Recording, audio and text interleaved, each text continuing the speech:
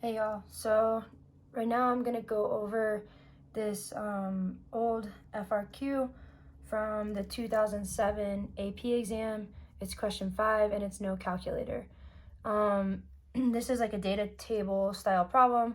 They give you a data table and then they ask you a series of questions that are related to the table that's given.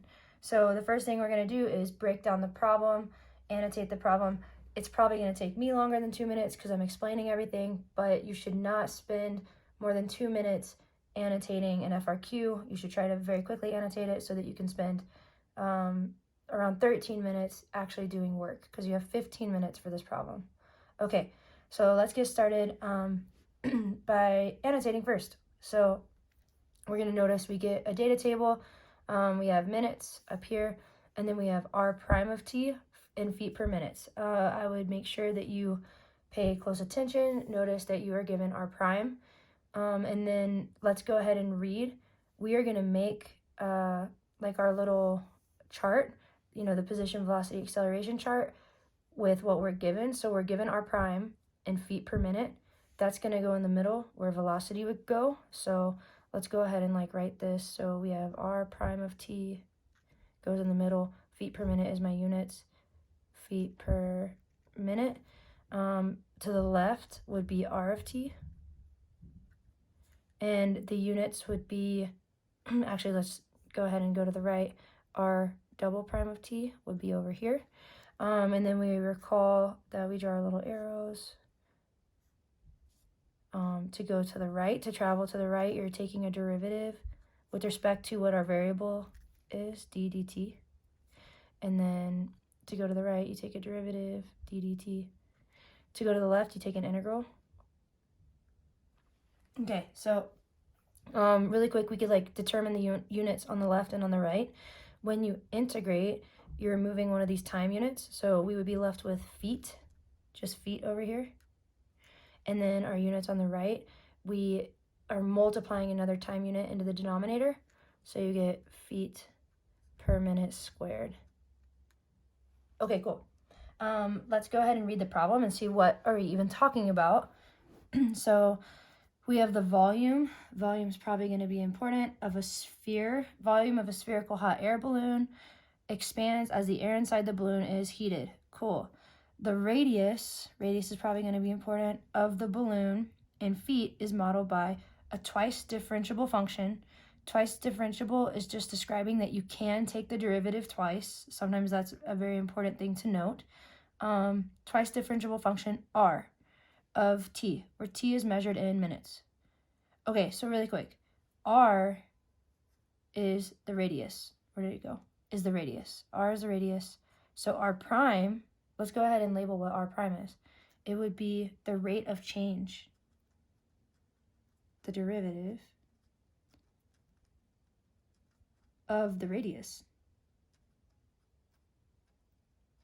Rate of change of the radius. That's what r prime is. Okay, let's keep reading. For time 0 to 12, the graph of r is your radius. R is concave down from 0 to 12. Really quick, concave down should make a note pop into your head. Let's go ahead and write that note. So R is concave down.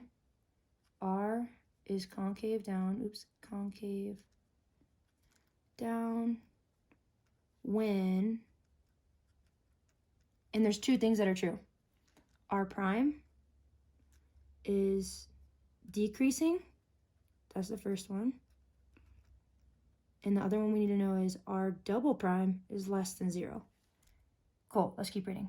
The table above gives selected values of the rate of change, r prime of t, of the radius. Awesome. We already said this is the rate of change of the radius. And that's what this table is showing us. Over the time interval, 0 to 12. Cool. At time t equals 5, they're going to give us some information that we need. At time t equals 5, the radius is 30. At t equals 5, the radius is 30. So I'm going to write a little note to myself up here. At t equals 5, r equals 30. We could also say r of 5 equals 30. Okay. And then it gives us the volume in the actual AP problem. It does give this. The volume of a sphere with radius r is given by v equals 4/3 pi r cubed. It does give you this in the problem. It might not always give you that. You're expected to know the volume of a sphere, so just be aware of that. Okay, let's move on to the very first part of the question. Part 1. Estimate the radius of the balloon when t equals 5.4. So we're trying to estimate radius, that's r. So I'm gonna write r above that. When t equals 5.4, using, oh my gosh, tangent line. Tangent line should be like a huge keyword that you recognize. If it says tangent line, you should probably write the equation of the tangent line. And we're trying to estimate the radius at t equals 5. We'll worry about this part of the question in a second. Let's write our equation of our tangent line. So, tangent line, we need two things, a point and a slope. So first, the point. We're trying to estimate radius. We were given a point for the radius. If you look over here, we were given the radius at 5 is 30. So our point for r will be 5/30. So let's go ahead and write that point down, 5,30. Now we need to use the slope to get the equation for the tangent line. We're using the slope of r. The slope is r prime. And then we want the tangent line approximation at t equals 5. So we're going to say r prime of 5 equals. If we look, r prime is given, if we look at our table, it's given up here, time equals 5, boom. R prime of 5 is 2. Cool, so now we're ready to write our equation of our tangent line. So let's take this stuff over here. We have y minus y1 is 30 equals slope m2. Instead of x, I'm going to use t because it's t here. So t x minus x1, t minus time 1 is 5. Cool. We're trying to estimate the radius. This part's going to be the radius, the y. We want to get the y value isolated. So let's isolate y. Y equals 2 t minus 5 plus 30. Cool. And then it says estimate the radius at 5.4 at this time. So we're going to take this time, plug it in. That's the estimate using the tangent line. So we have y equals 2, plug in 5.4 for t, plus 30. Cool. This is our estimate for the equation of a tangent line. The estimate of radius using the equation of the tangent line. You do not have to simplify these. We do need units though. So we're estimating radius. Go back to our table, our chart. What was our radius units? Feet.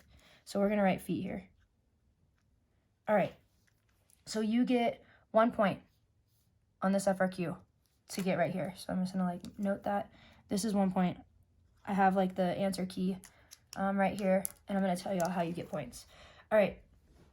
For the second point in this question, is your estimate greater than or less than the true value? So is this estimate greater than or less than the true radius value? We have to think about the shape of the radius function at time 5.4. So where does it tell us about the shape of the radius? Right here. R is concave down. Is this at 5.4? Yes, it is, because 5.4 sits in between 0 and 12. So at 5.4, R is concave down. So let me draw that really quick. At t equals 5.4, R is concave down. And I'm going to draw it. Okay, this is R. Pretend that's R. It's concave down. We just used the tangent line to estimate R. So if you were going to draw a tangent line on this, it would sit above the function. No matter where you drew it, it's always above the function. So our tangent line's sitting on top. So do you think our tangent line is an over or an underestimate? It's above. It's over. So we're going to say, and we'll copy from the question. My approximation, or my estimate, so our estimate is greater than, that's an over approximation, greater than the true value. And I just copied from this question. Okay, the reason for your answer is R being concave down. R is concave down, so our estimate is greater than the true approximation. This would be a second point. So this part is out of 2 points. I'm gonna say 2 points total here. Cool. The next part, find the rate of change of the volume of balloon with respect to time. All right, we need to do some underlining. It says rate of change. That should pop something, an idea into your head. Rate of change means derivative. Derivative, it says with respect to time. So d dt. What are we trying to find the derivative of? The volume. Okay, cool. The first thing I'm going to do is, right, I want to find the derivative of the volume. We're trying to find the derivative ddt of this whole volume function. V equals 4 over 3 4/3 pi r cubed.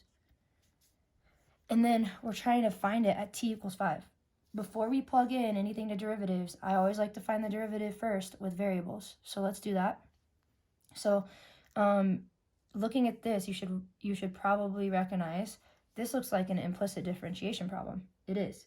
We're going to kind of like pretend that we're distributing this in and we're taking the derivative of each piece.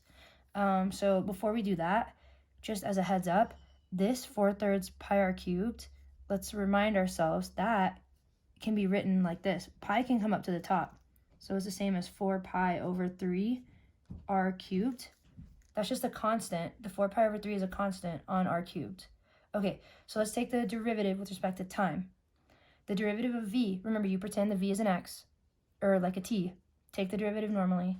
It would be 1. But then we're taking the derivative with respect to time. This does not match this variable. So we have to multiply dv dt. So it would be 1 times dv dt. I'm not going to write the 1 because it just gets in the way. So the derivative of v is just dv dt. Now let's take the derivative of the other side of the equal sign. The constant stays in front, so we get 4 pi over 3. And then we have to multiply times the derivative of r cubed, which would be 3r squared. But again, the t does not match the r variable. So now you have to do times dr dt. Okay, so you get 2 points. 2 points for getting this correct. And I'm not sure exactly how they divvy up those 2 points, but I would almost assume, I think it'd be safe to assume that 1 point for the left side and 1 point for the right side of your derivative. So we have 2 points here. Now we need to get the answer for the last point. We want the derivative at time 5, t equals 5. So here's the awkward thing. We don't have t in here. We can't plug in 5 into here. But we do know things about t equals 5. We can find the radius at time 5. Look, they gave it to us. At time 5, the radius is 30. So in r, we're going to plug in this radius 30. We can also find the rate of change of the radius with respect to time. This is the same as r prime of t at time 5. R prime is given to us here. Time 5 is right here. So r prime of t at 5, r prime of 5 equals 2. Okay, so this is 30. This is 2. Let's plug it all in, and we get our last point. So we'll say, I'm just going to go over here, dv dt equals 4 pi over 3 times 3. Radius is 30 squared times 2. Units, we have a volume. It does say indicate your units of measure. So to get this last point, you're going to have this answer with the correct units. Volume is always cubic units. Area is always squared units. So we're going to have units cubed per minute because we're changing with respect to time. We just need to know what our distance unit was and then cube it. So go back up to radius. The distance was feet. Volume will be feet cubed. So we have feet cubed per, and then with respect to time, minutes. Boom. That's our third point. All right, so here's 1 point for this whole thing with the units, and that part of the question was 3 points. Remember, if you're getting like 6 points out of 9, you're sitting at a 5 on the AP exam. Okay. Next, part C. Use a right Riemann sum with the 5 subintervals indicated by the data in the table to approximate this thing.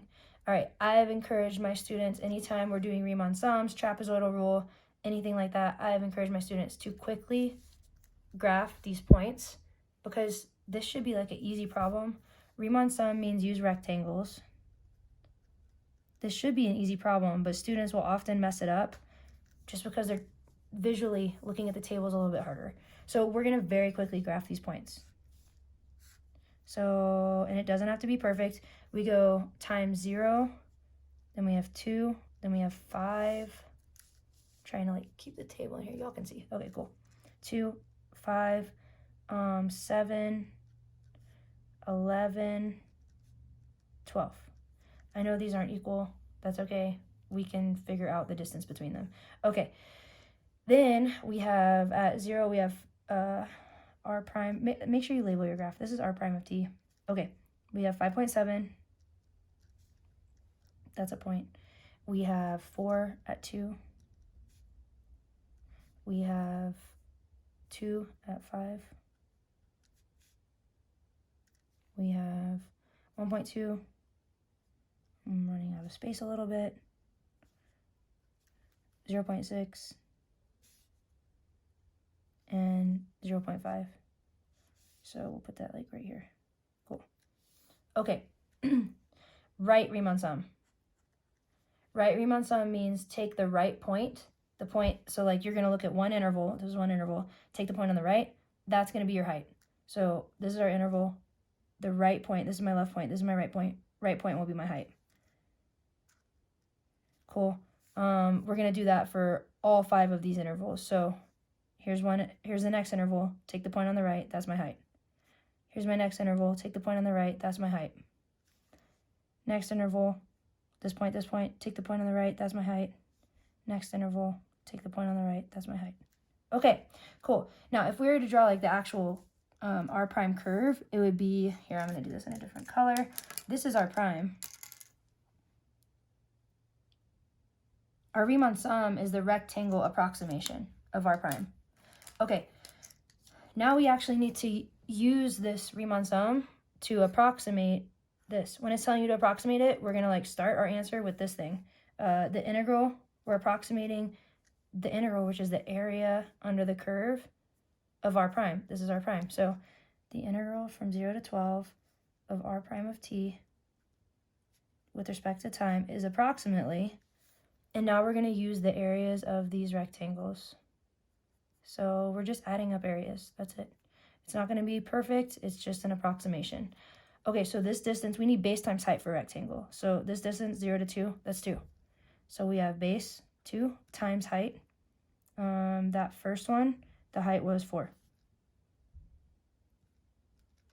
Plus, that's the first rectangle. Next rectangle, 2 to 5, the distance is 3. So base times height was 2.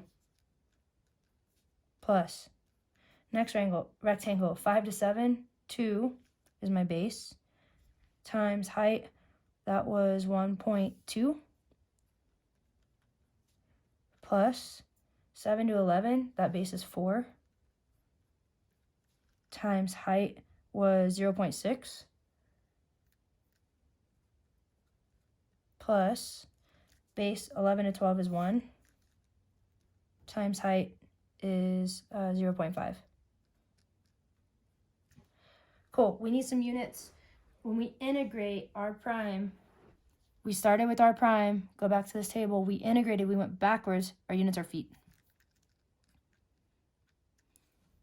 So it says using correct units, explain, oh wait, let's go ahead and talk about, you get 1 point for this approximation. 1 point for this approximation. The units actually come into the next part, the next point, but it's good to write them here. Okay, so 1 point for this answer. Using correct units, explain the meaning. What is the meaning of this integral in terms of the radius of the balloon? So we integrated the derivative, r prime. So the meaning is we get back to the radius, but from 0 to 12, we talked about how integrals are like net change. So we're going to say this integral, this represents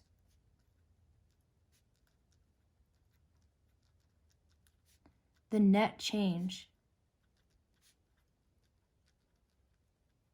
in feet of the radius, net change of the radius, or you could say net change of the radius, that sounds better, the net change of the radius in feet from, and make sure you give your times in your explanation, from time 0 minutes to 12 minutes. Cool. Second point comes from this explanation. So we have 2 points for this problem. This drawing might feel kind of like a waste of time, but oftentimes with Riemann sum problems, with trapezoidal rule problems, they will ask you something that looks like the next question. And this drawing will often come in handy to help you like visualize and answer that question correctly. Let's talk about this next question. I'll explain. Okay, so is your approximation in part C? That's this approximation. That's this area of these rectangles. Is it greater than or less than the actual integral? Give a reason for your answer. Okay, so this drawing was helpful for this part to make sure we like visualize these rectangle areas properly, but also it's going to help us answer this question. Obviously, these rectangles are sitting under the true area or the true curve.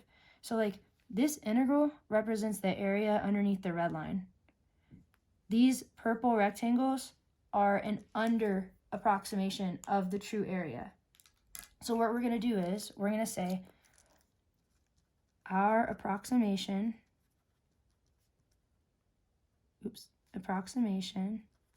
remember I'm copying the question, our approximation in part C, or my approximation in part C is, I'm choosing greater than or less than. It is less than. And then I'm going to copy this. It's less than the true area under the curve. Is less than the integral from 0 to 12 r prime of t dt. And then it says give a reason, because we're going to pause. Okay, we're pausing because you have to use calculus reasons. Calculus reasons. You can't say, look at the graph that I drew of r prime. Look at these purple rectangles.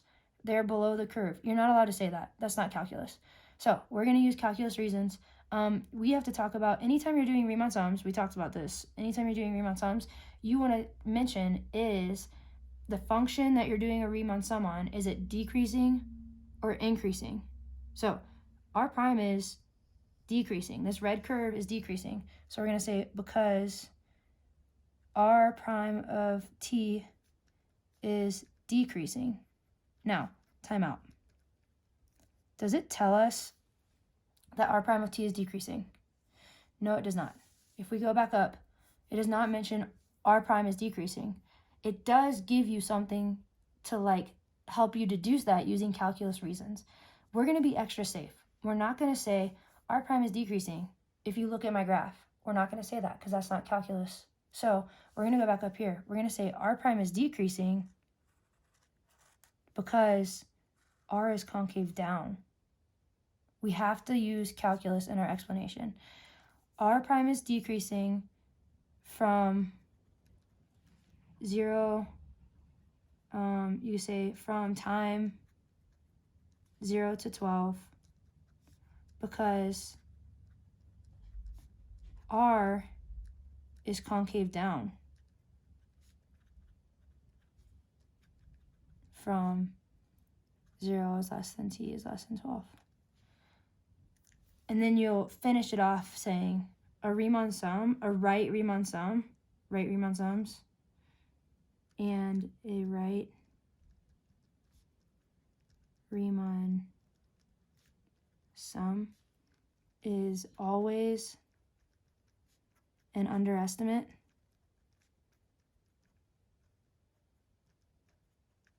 for a decreasing function, for a decreasing function. There we go. Okay. That one's kind of complicated because you have to be careful and make sure that you're using calculus knowledge to explain and justify. So for this one, we get, let's see. Oh, we didn't talk about, did we talk about? Yeah, we did. Okay, cool. For this one, you get 1 point for the conclusion with your reason. So 1 point. Ooh, okay. And then I'm looking at the key right now. So let's see. We get 1, 2, 3, 4, 5, 6, 7, 8. Good. Okay. So your key actually says your last point comes from getting the right units in B and C. This is super nice because in part B, here's our units. Part C, here's our units. It was in this part. They're not going to count you twice for that. If you get it right, you get the last point. If you get either of these wrong, they only subtract 1 point. They're not going to minus 2. So that's really nice. So this point for part B is actually just the math, like the numbers. And then this point for part C is just the numbers. And then the units point is like at the very end. They look at these units. So did we get our units right? Yes. We're going to say this is 1 point, having these correct units. Okay, 9 points. You have some problems to practice on. I would time yourself. Try to do them in 15 minutes because this one obviously was longer since I was like stepping through each problem. Time yourself. And then for most of these, you should be able to go on Google and search the question that you're trying. So if you do AP Calc 2009 FRQs, if you search that, you should be able to find the answer key. I would encourage you to do that after you've attempted the problem and then check your answers, see how many points you get. So like start a timer, give yourself 15 minutes, do the problem, go to the internet, search 2009 AP Calc exam FRQs, find question 5 answers, see how many points you got. All right, bye y'all.